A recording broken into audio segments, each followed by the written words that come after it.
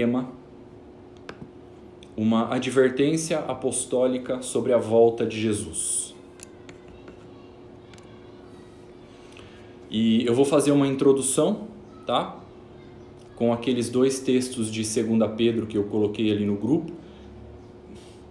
E eu vou desenvolver o assunto com 6 pontos que abordam atitudes erradas que a gente, porventura, pode ter em relação à volta de Jesus. Tá bom? Então, para introduzir, irmãos, eu gostaria de fazer algumas considerações iniciais.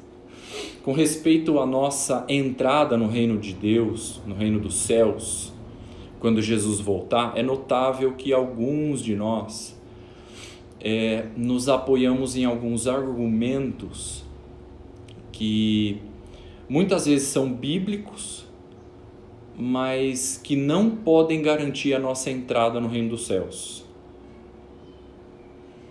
E a primeira coisa que nós precisamos fazer diante disso é desfazer dessas muletas bíblicas, vamos dizer assim, para que a gente possa nos reposicionar num lugar de quebrantamento e de vigilância, que é a melhor postura que nós podemos ter em relação à volta de Jesus, tá? Então, assim, essa palavra, ela não tem o objetivo de nos dar os 5 passos do sucesso para garantir a nossa entrada no reino dos céus, tá? Essa palavra não será uma palavra coach.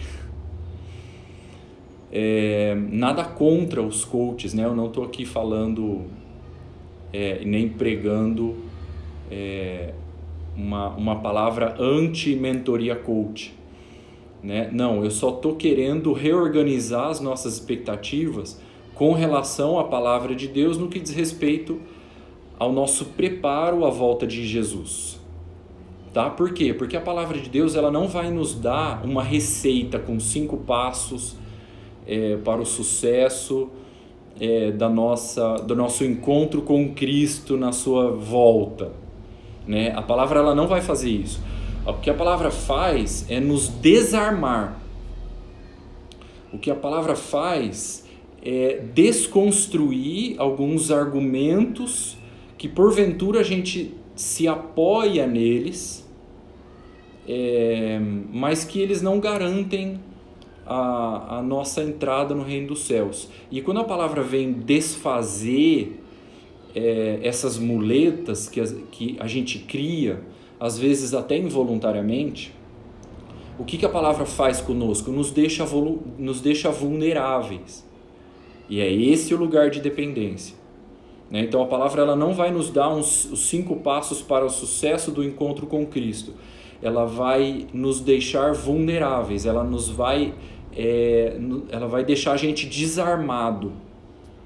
E a gente, desse jeito, vai entrar nesse lugar de quebrantamento e de dependência, que é tudo que o Espírito Santo precisa para nos preparar como noivas para o encontro de Jesus, como noiva para o encontro de Jesus, tá? O Espírito Santo é a pessoa mais indicada para nos preparar para a volta de Cristo, tá? E para ele poder trabalhar livremente no nosso coração, nós precisamos estar vulneráveis, nós precisamos estar desarmados, nós precisamos nos desfazer dessas muletas bíblicas e desses argumentos que nós criamos, para tentar buscar uma garantia de entrada no reino dos céus, tá? E durante o desenvolvimento aqui de toda a nossa meditação de hoje, nós vamos entender melhor isso. Então eu vou começar aqui com o texto de 2 Pedro, capítulo 3, para nossa introdução. Os irmãos não precisam abrir como eu havia informado lá no grupo, tá? Eu dei os textos lá, eu vou ler os versículos chaves, vou comentar e aplicar na nossa vida, tá? Então, para a introdução, eu quero ler aqui 2 Pedro, capítulo 3, versículo 1, que diz o seguinte: Amados, esta é agora a segunda epístola que vos escrevo. Em ambas, procuro despertar com lembranças a vossa mente esclarecida, para que vos recordeis das palavras que anteriormente foram ditas pelos santos profetas, bem como do mandamento do Senhor e Salvador, ensinado pelos vossos apóstolos. Tendo em conta, antes de tudo, que nos últimos dias virão escarnecedores com seus escárnios, andando segundo as próprias paixões e dizendo: onde está a promessa da sua vinda? Porque desde que os pais dormiram, e dormir aqui significa ir para o caixão, todas as coisas permanecem como desde o princípio da criação. Esse é o argumento deles. Agora eu vou pular para o versículo 8. Há, todavia, uma coisa, amados, que não deveis esquecer: que para o Senhor um dia é como 1000 anos, e 1000 anos como um dia. Não retarda o Senhor a sua promessa. Ele é longânimo para convosco, não querendo que nenhum pereça, senão que todos cheguem ao arrependimento. Virá, entretanto, como ladrão o dia do Senhor, no qual os céus passarão com estrepitoso estrondo, e os elementos se desfarão abrasados, também a terra e as obras que nela existem serão atingidos. Visto que todas essas coisas hão de ser assim desfeitas, deveis ser tais como os que vivem em santo procedimento e piedade, esperando e apressando a vinda do dia de Deus, por causa do qual os céus incendiados serão desfeitos e os elementos abrasados se derreterão. Nós, porém, segundo a sua promessa, esperando novos céus e nova terra, nos quais habita justiça. Por esta razão, pois, amados, esperando estas coisas, empenhai-vos, por serdes achados por ele em paz, sem mácula e irrepreensíveis. Então essa é uma palavra apostólica de Pedro para a igreja sobre a volta de Jesus. Ele disse que nos últimos dias os escarnecedores terão um argumento na sua mente dizendo o seguinte: tarda no Senhor a sua vinda. Onde está a sua promessa? As coisas continuam como eram desde o princípio. Ele vai demorar para voltar.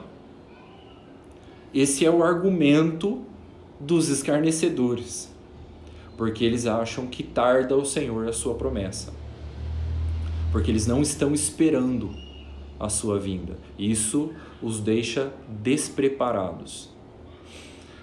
Mas Pedro, ele diz que o Senhor é longânimo para conosco, não querendo que nenhum pereça, mas que todos cheguem ao arrependimento, mas que nós que esperamos essas coisas devemos viver em santo procedimento e piedade. Então, irmãos, olha só, julgar que a volta de Jesus é demorada nos deixa em uma zona de conforto com o coração adormecido. E aí o que a gente faz? Para compensar essa falta de vigilância, essa falta de preparo, nós buscamos alguns argumentos até bíblicos, na tentativa de encontrar um bilhete de garantia de entrada no céu só porque fomos batizados, por exemplo. Isso não garante nada. E a palavra ela vem desconstruir essas muletas bíblicas que a gente vai criando até involuntariamente e nos colocar num lugar de dependência do Espírito Santo, com o coração quebrantado, vulneráveis a essa ação do Espírito Santo, que é o único que tem a capacidade de preparar o nosso coração como noiva para a volta de Jesus. Então, vamos meditar em 6 atitudes erradas que nós, porventura, podemos ter em relação à volta de Jesus. Primeira, que está aquele texto lá de Mateus 22, do 10 ao 14. E essa primeira atitude é a seguinte: acreditar que nós temos um bilhete de garantia no bolso de entrada no céu só porque nós fomos batizados e fazemos parte de um movimento de discípulos. Irmãos, olha só. Só porque nós fomos batizados, só porque nós fazemos parte de um movimento de discípulos, estamos vinculados nas casas, isso não coloca um bilhete de garantia no nosso bolso de entrada no céu. Essa parábola que está aqui em Mateus 22 mostra isso. Eu vou ler a partir do versículo 10, que diz o seguinte: e saindo aqueles servos pelas estradas, reuniram todos os que encontraram, maus e bons. A sala do banquete ficou repleta de convidados. Guarda essa palavra aqui, ó, convidados. Entrando, porém, o rei para ver os que estavam sentados à mesa, notou ali um homem que não trazia veste nupcial. Guarda essa palavra aqui, ó, veste nupcial. Convidados e veste nupcial. Guarda essas duas palavras. E perguntou-lhe: amigo, como entraste aqui sem veste nupcial? E ele emudeceu. Sabe o que significa emudecer? Significa ficar mudo, fechar a boca, reduzir-se ao silêncio. Então ordenou o rei, aos serventes: amarrai-o os pés e as mãos, lançai-o fora nas trevas. Ali haverá choro e ranger de dentes, porque muitos são chamados e poucos os escolhidos. Outra palavra dupla aqui, ó, para a gente guardar: chamados e escolhidos. Então essa parábola está falando o seguinte, que muitos tinham sido convidados para aquelas bodas, mas só porque eles tinham recebido o convite para entrar nas bodas, isso não garantiu a entrada deles e a permanência deles nas bodas. Por quê? Porque faltou vestes nupciais, vestes adequadas para entrar nas bodas. Essas bodas, irmãos, fala da volta de Jesus, as bodas do Cordeiro, quando Jesus voltar e casar com a sua noiva. Muitos receberam o convite do batismo, do chamado para o arrependimento. Mas isso não garante a entrada nas bodas. O que garante são as vestes nupciais. Irmãos, não existe bilhete de garantia de entrada nos céus. Só porque nós somos discípulos, temos o título de discípulo, não coloca um bilhete de garantia no nosso bolso. Só porque fomos convidados pelo Senhor para nos arrepender e sermos batizados, isso não é nenhuma garantia de entrada nas bodas do Cordeiro. Se nós não tivermos vestes adequadas, veste nupcial, nós estamos fora. Então nós não podemos simplesmente pecar e continuar como se nada tivesse acontecido, e limpar a nossa boca e continuar caminhando. Vestes nupciais fala de santidade, fala de pureza.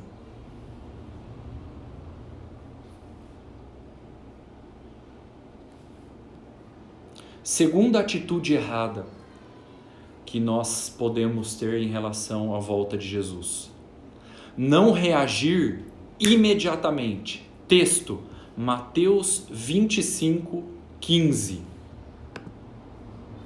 Então essa é a segunda atitude errada que nós podemos ter em relação à volta de Jesus. Não reagir imediatamente. O texto é Mateus 25, 15, diz o seguinte: a um deu 5 talentos, a outro deu 2 talentos, e a outro 1 talento, cada um segundo a sua própria capacidade. Então partiu. O que recebera 5 talentos, diz o seguinte aqui, que ele saiu imediatamente a negociar com eles e ganhou outros 5. Do mesmo modo, saiu imediatamente o que recebeu 2 talentos. Mas o que recebera 1, abriu uma cova e escondeu o dinheiro do seu senhor. E quando ele voltou, ele pediu as contas. A conta chegou. Isso também é uma parábola que se aplica à nossa postura em relação à volta de Jesus. A atitude dos 2 primeiros, qual foi? Imediatamente eles reagiram, eles foram fazer alguma coisa com aquilo que eles tinham recebido. E essa atitude dos 2 que imediatamente foi fazer alguma coisa, denuncia a atitude errada desse terceiro aqui que recebeu 1 talento e ficou lá, enterrou e ficou lá esperando, parado, sem fazer nada.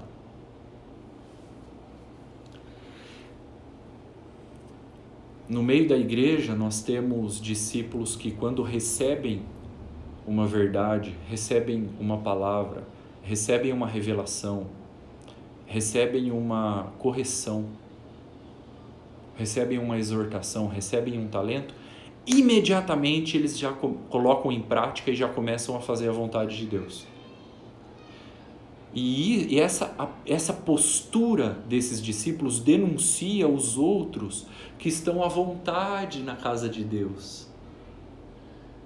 Deixa a vida me levar, a vida leva eu. Essa é uma postura errada em relação à volta de Jesus. Nós precisamos ter essa postura proativa de imediatamente fazer alguma coisa. Então nós estamos recebendo hoje a palavra sobre a volta de Jesus. O que nós vamos fazer com isso? Eu não vim aqui dar os 5 passos da receita para o sucesso da entrada do reino dos céus. A palavra ela vem nos deixar algumas perguntas e nos fazer refletir para que imediatamente a gente faça alguma coisa. O que nós vamos fazer em relação à volta de Jesus? O que nós temos feito?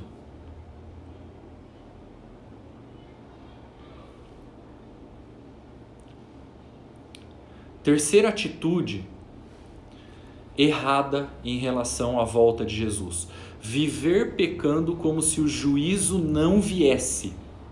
E o texto é Eclesiastes capítulo 8, versículo 11.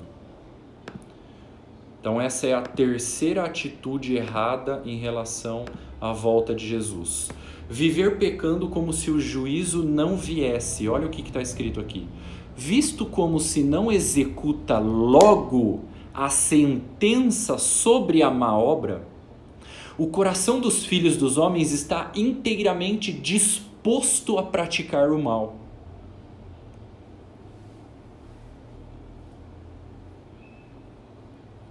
O que acontece? Tem muita gente confundindo a longanimidade de Deus com impunidade. Deus, ele não vai deixar impune os pecados. Ele está sendo longânimo, como aquela palavra apostólica de Pedro. para conosco, não querendo que nenhum de nós pereça, mas que todos cheguemos ao arrependimento. É como se Deus estivesse dando linha. E os homens vivendo na prática de pecado. Limpa a boquinha e continua com o coração disposto a praticar o mal, como se o juízo não viesse.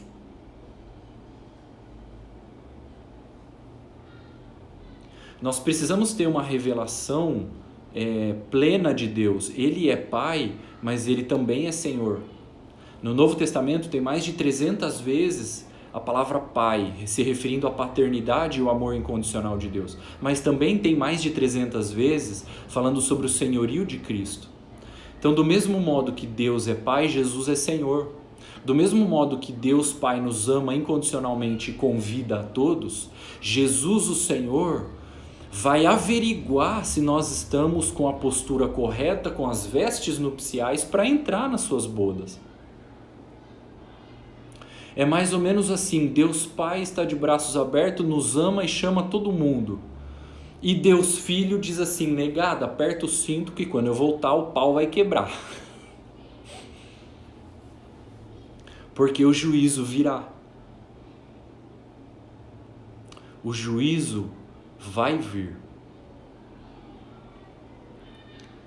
Todos nós vamos ter que nos comparecer diante do tribunal de Cristo. Nesse tribunal não haverá argumentos, não haverá arranjos, não haverá manipulações, não haverá articulações, não haverá negociações. Todos nós vamos comparecer diante do tribunal. Então, qual deve ser a nossa postura em relação à volta de Jesus? Não podemos simplesmente pecar, limpar a nossa boquinha e continuar caminhando como se nada tivesse acontecido. É interessante porque essa geração ela é tão fragilizada, ela é tão Nutelinha, é tão ursinhos carinhosos, é tão Peter Pan, que não consegue conceber a ideia de que Deus é amor, mas também é fogo consumidor.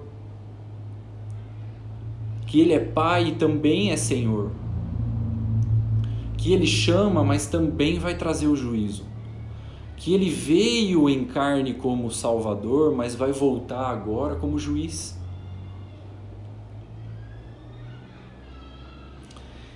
E essa geração tão fragilizada,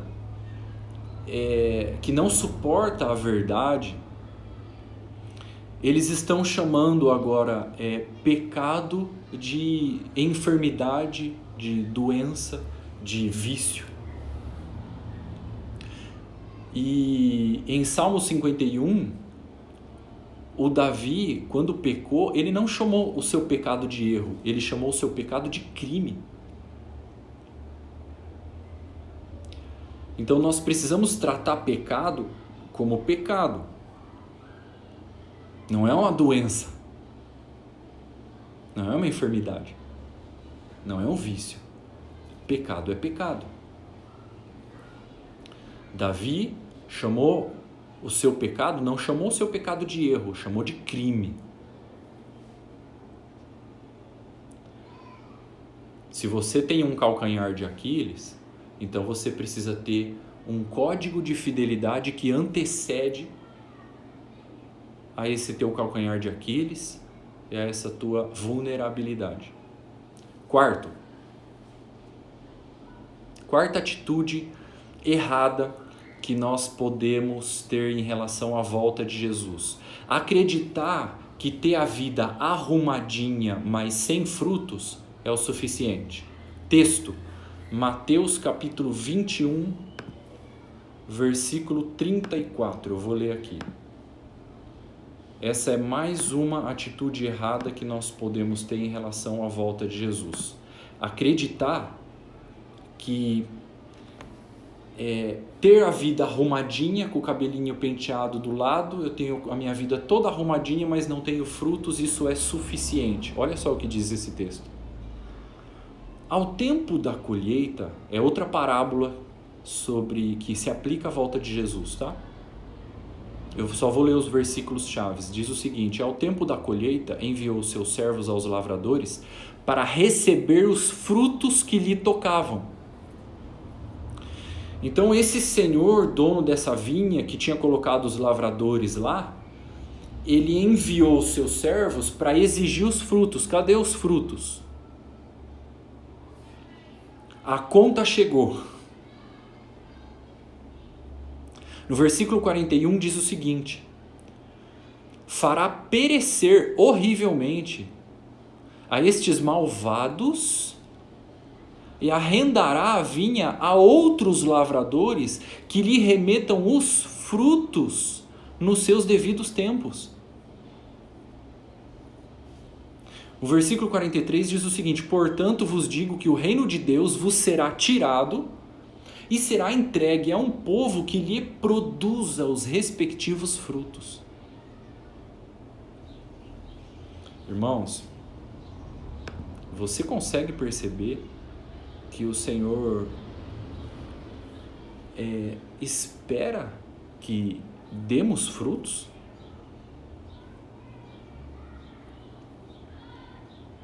Deus quer os frutos. Essa conta vai chegar. Sabe por quê, irmãos? Porque ninguém recebe as verdades de Deus que nós temos recebido para a própria satisfação. As verdades de Deus que nós temos recebido não é para a nossa própria satisfação, é para passar isso para frente.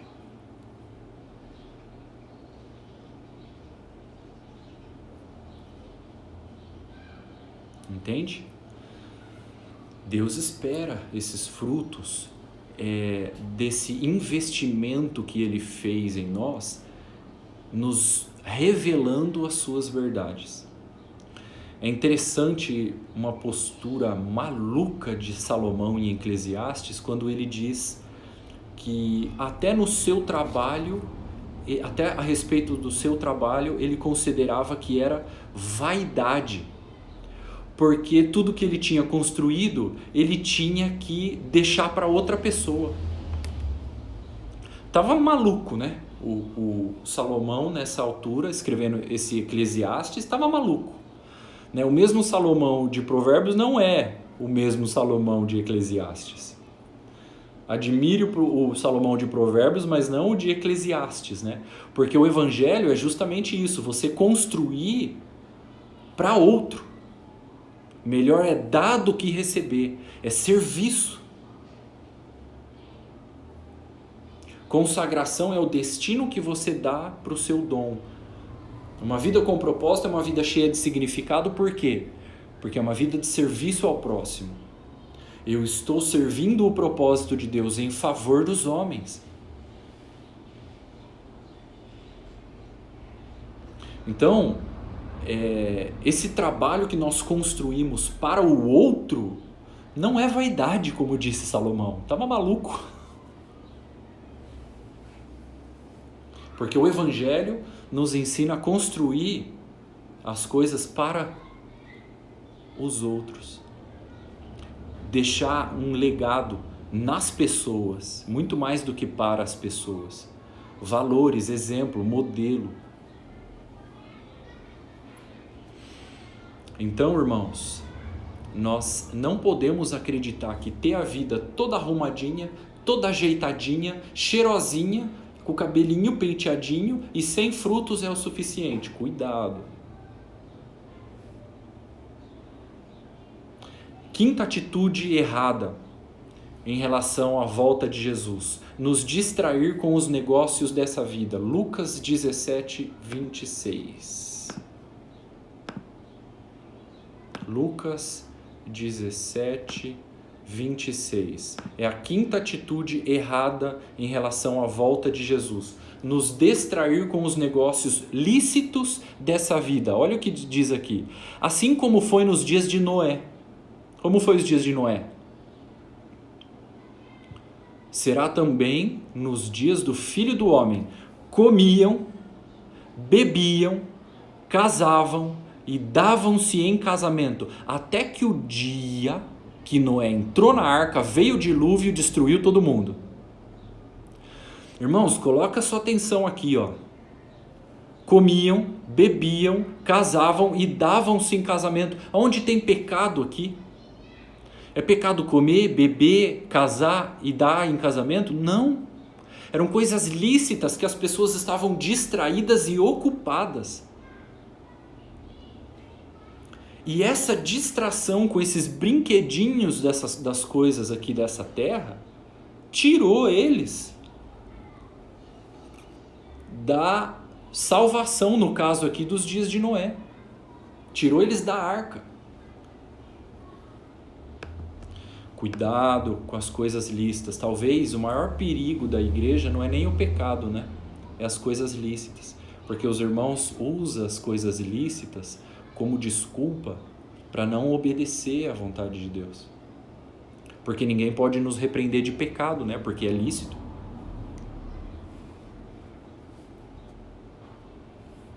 Cuidado, meu irmão. Sexta e última. Não praticar o bem pode nos privar da entrada no reino dos céus. Texto, Mateus 25, do 31 ao 46. O que diz ali? Jesus fala que a vinda do homem vai reunir todas as nações e ele vai colocar as ovelhas do lado direito e os bodes do lado esquerdo. E as ovelhas do lado direito ele vai dizer assim: vinde a mim, benditos de meu Pai, para o lugar que está separado para vocês. E os do lado esquerdo, apartem-se de mim para o lago do fogo que arde com enxofre, que está separado para o diabo e seus anjos. E aí eles começam a argumentar, né? Mas por que nós não vamos entrar no reino dos céus? Aí Jesus fala assim: porque quando vocês deixaram de fazer o bem para os meus pequeninos, de dar de comer para aquele que tinha fome, de visitar o enfermo, de visitar o encarcerado, a mim vocês me deixaram de fazer. E aqueles que fizeram o bem, estenderam a mão para servir, para dar, para ser generoso, para abençoar os meus pequeninos, a mim me fizeram. Isso privou eles da entrada do reino dos céus. É muito forte isso. É muito forte. Eu comecei a orar e perguntar a Deus: vai sobrar gente só por causa disso?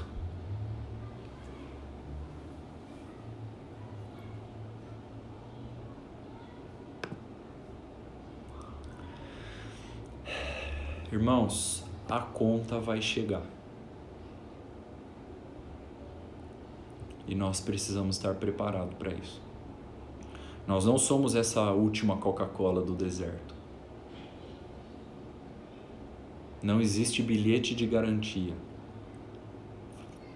O Senhor quer, nessa noite, nos desarmar desses argumentos, para que a gente fique vulnerável e exposto para o Espírito Santo poder trabalhar e operar no nosso coração, produzindo em nós um coração de noiva.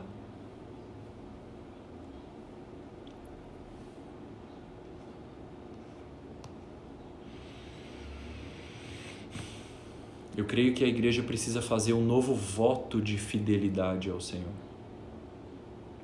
Não saia dessa live, meu irmão, com a cabeça cheia e o coração vazio.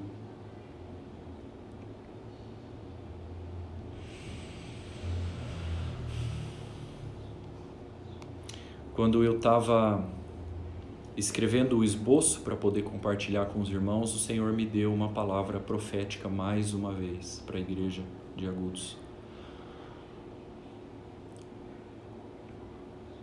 que está em Neemias capítulo 13, que diz o seguinte: vi também naqueles dias os meus irmãos, os judeus, casando com as moabitas. E eu briguei com eles e os amaldiçoei, espanquei alguns deles, arrancando-lhe os cabelos, e os fiz jurar diante de Deus e por Deus que eles não dariam seus filhos e suas filhas para os moabitas. Não pecou nisso Salomão?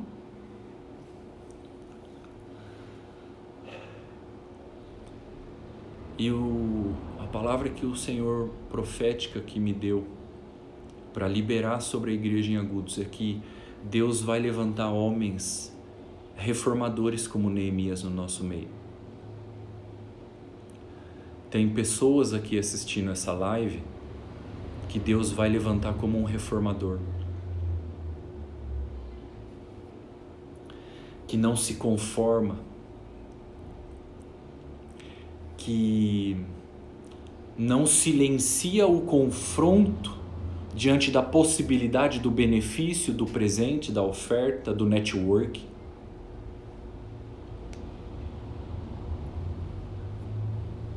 Homens proféticos que reunirão unção e caráter, valentes, destemidos, ousados, desapegados dos negócios dessa vida.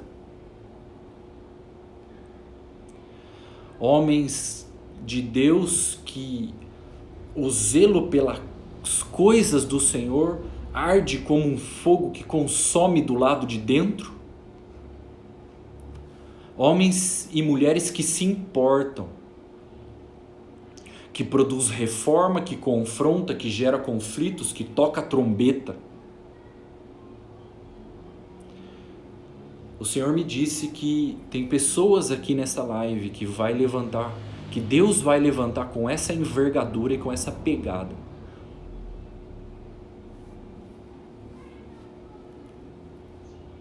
A falta de amor silencia o confronto.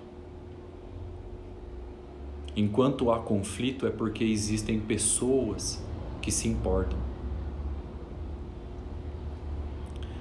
Eu quero profetizar sobre a tua vida, meu irmão, minha irmã, que está me assistindo agora nessa live. O Senhor vai te levantar como um reformador. Você não vai se conformar. Você vai ser um homem e uma mulher de Deus com envergadura para levantar os muros caídos, as portas queimadas, que vai estar incendiado com o zelo pela casa de Deus, pelas coisas de Deus, e se for necessário vai até arrancar os cabelos daqueles que estão. Como Neemias, em nome de Jesus eu profetizo isso na tua vida, meu irmão, minha irmã. Não se deixe vender pelo presente, pela possibilidade do benefício. Não silencie o confronto do pecado que você vê ao seu redor. O Senhor vai levantar pessoas no nosso meio como atalaias, como uma flecha. Homens que recebem a palavra de Deus e têm coragem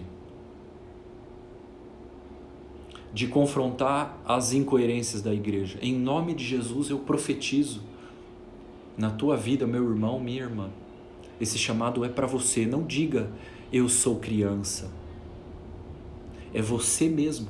Não diga eu sou pesado de língua, eu não sei falar, eu não sei os textos de cor, eu tenho vergonha, eu sou tímido. Eu não tenho nada.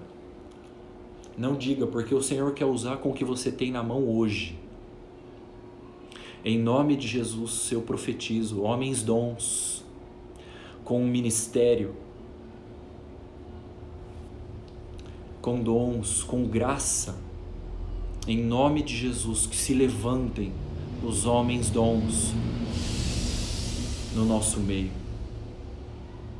para a glória de Deus. Trabalhadores, como o Toninho está orando aqui, ó, rogamos, clamamos por trabalhadores na Seara Agudense e região, em nome de Jesus. Em nome de Jesus. Amém, meus irmãos. Glória a Deus. Vamos cantar Maranata. E me mostrou um rio de água viva, brilha como um cristal, e do outro lado estava a árvore da vida, trazendo cura pro seu povo. E nunca mais haverá dor, pois no trono ele está. Nunca mais haverá dor, pois no trono ele está. E me mostrou um rio de águas vivas, brilhando como um cristal. E do outro lado estava a árvore da vida, trazendo cura pro seu povo. E nunca mais haverá dor, pois no trono ele está.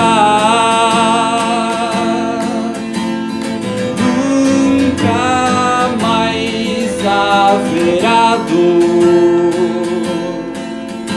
pois no trono ele está. Maranata, Maranata, ora vem. Maranata, Maranata, ora vem. Maranata,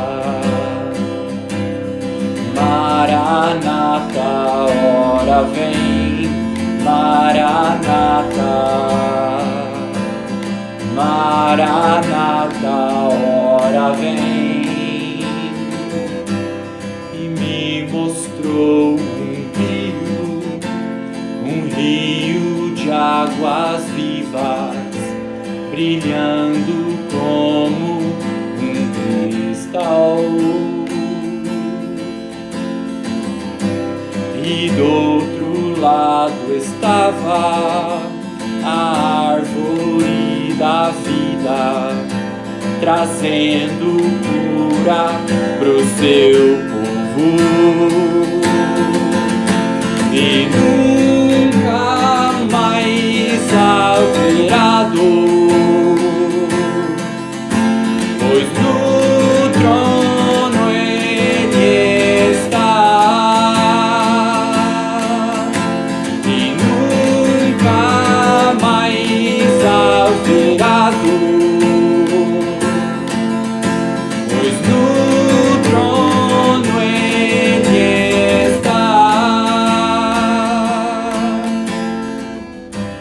E me mostrou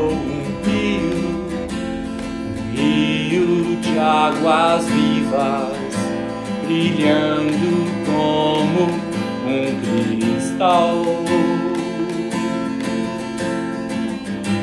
E do outro lado estava a árvore da vida, trazendo cura pro pro seu povo e nunca mais haverá dor, pois no trono Ele está e nunca mais haverá dor.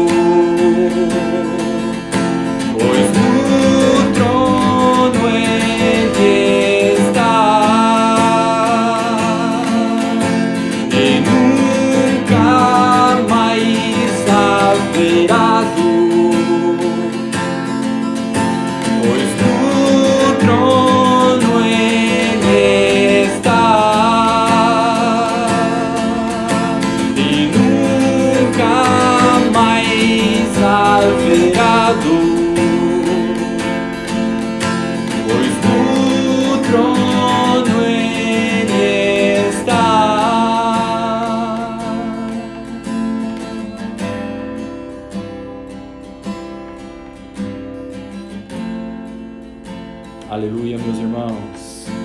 Glória a Deus. Todos preparados para a vinda do Senhor Jesus. Glória a Deus. Bênção, meus irmãos. Boa semana para vocês e domingo que vem tem mais.